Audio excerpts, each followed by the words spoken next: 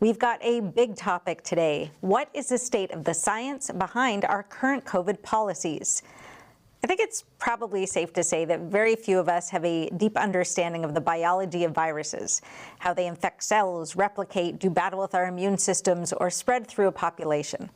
Most of us don't think about such things very much at all. That is, until there's a pandemic.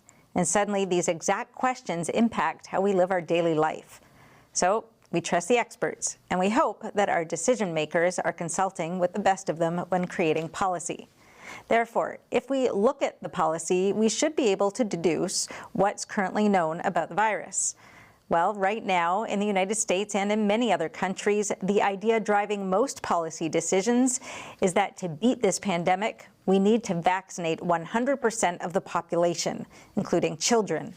And that's based on a series of assumptions which we will explore. Some of those assumptions are these. 1. Vaccines stop people from getting or transmitting COVID. 2.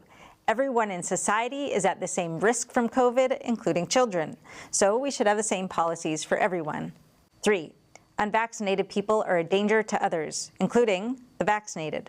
So we need to isolate people who are not vaccinated using vaccine mandates and passports. Assumption 4. Vaccinated people pose no danger to each other or to anyone else. 5. Vaccine protection wanes over time, so boosters will likely keep being necessary perhaps every 6 months, and this is safe even for children. 6. Vaccines are better than natural immunity, so even those who have recovered from COVID should get vaccinated. 7. Therapeutics can't help. We have to vaccinate our way out of this pandemic. Lastly, 8. Everything just said above is informed by relevant studies and cost-benefit analyses. To help us dig into these assumptions, particularly as they relate to children, which is the big push right now, we're joined by the Brownstone Institute's Dr. Paul Alexander.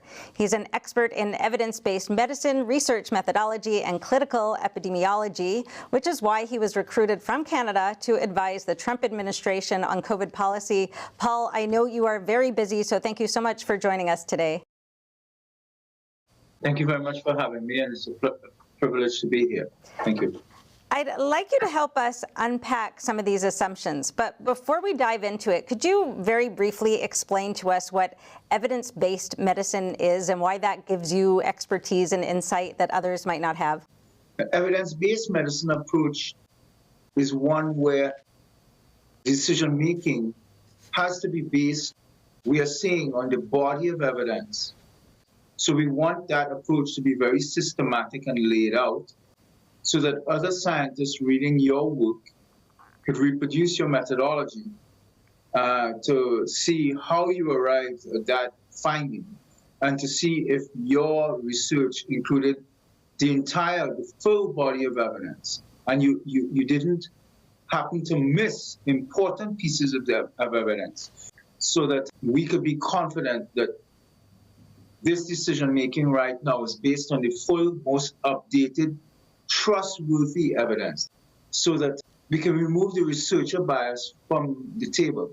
So for our current COVID policies, I think most people assume, as I mentioned, that decisions are being made on all of the best possible evidence, that everything has been looked at. Is that the case? When they implemented lockdowns, as an example, and they implemented school closures, we knew quickly, maybe 1 month after the beginning of the lockdowns in March of 2020, we knew after 3 weeks to 1 month that those lockdowns were not working in terms of COVID transmission, or the school closures had no role. In fact, we knew the science was accumulating, the evidence was accumulating across the world that the lockdowns and the school closures and the mask mandates were not even having an effect. In fact, mask mandates, as an example, everywhere that they implemented a mask mandate in the United States, every country, every state in America, cases, infections actually went up. Wherever they implemented lockdowns, infections went up. And we had the graphs, so we had the evidence. So these people who were sitting down in these task forces making decisions, they were not consulting the evidence, because had they been consulting the evidence, they would have known they should stop what they were doing. When you implement a policy, You have to revisit your policy and reevaluate it constantly, particularly against the alternatives, so that if the policy is catastrophic or devastating, you can revisit it and stop it and pivot to an alternative policy. Particularly, you would want to implement policies only after you do a cost-effectiveness analysis, where you consider the costs and the benefits for a series of policy alternatives, not just one.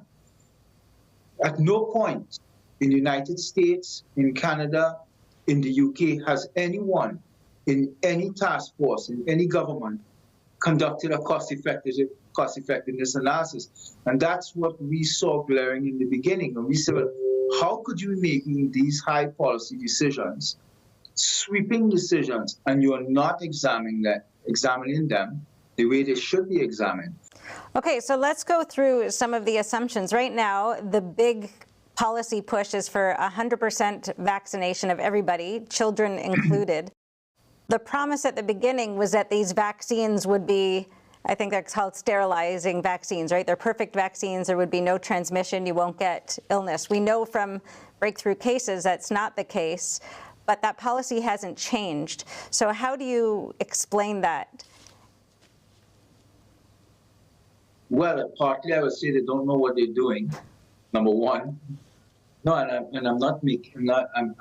being very sincere here. We have a recent paper published in the Brownstone Institute. We have 33 separate studies that have accumulated in the last 6 months to show that the vaccine does not recognize the Delta variant. They have not come out outright and said the vaccine has failed, but I'm saying it.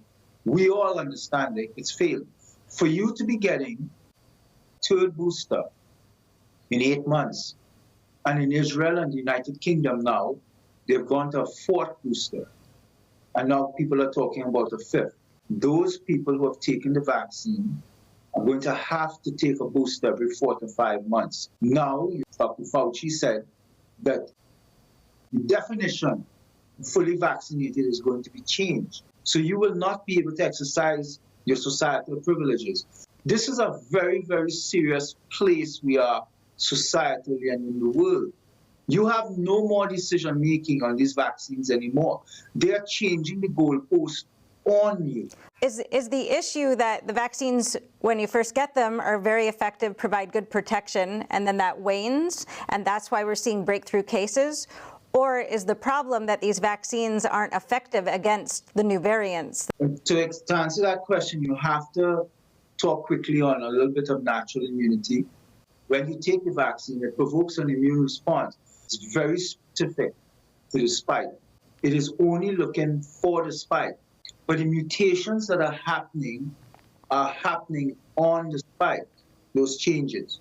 So in the future, because the virus mutates and the mutations are happening on the spike, once the spike changes, your vaccinal immunity that you got because of the vaccine cannot recognize that virus anymore. Natural immunity would look at the whole virus.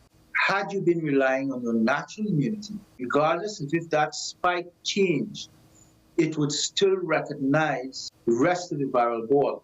So the vaccinated person is becoming infected when they should not be. The vaccine developers and the FDA have declared and told us that this vaccine does not prevent you from becoming infected. Well, we know that because everybody's getting infected. And it doesn't prevent transmission, which is a huge catastrophic failure. It boggles my mind that the vaccine developers made a vaccine like this. Now, I don't know if in the beginning they were thinking, let's just choose one quick target. We can finish this vaccine quickly, etc. So let's just use a spike. By taking that approach, you are now asking people to vaccinate over and over.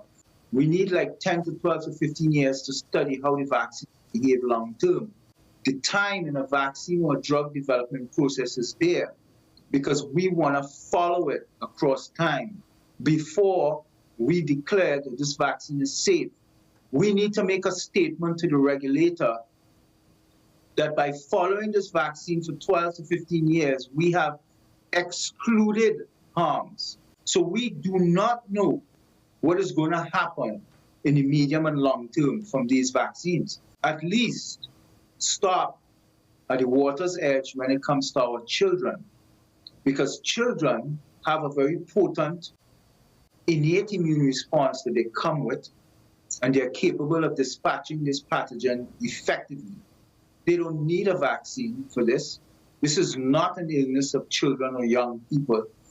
The median age of death is still 82, 83, with at least 2 underlying medical conditions. We are talking about an elderly, sick individual.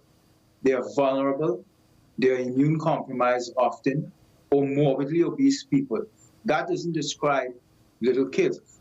Based on what I have seen and how I've seen things roll out, and know the existence of early outpatient treatment, which is very effective,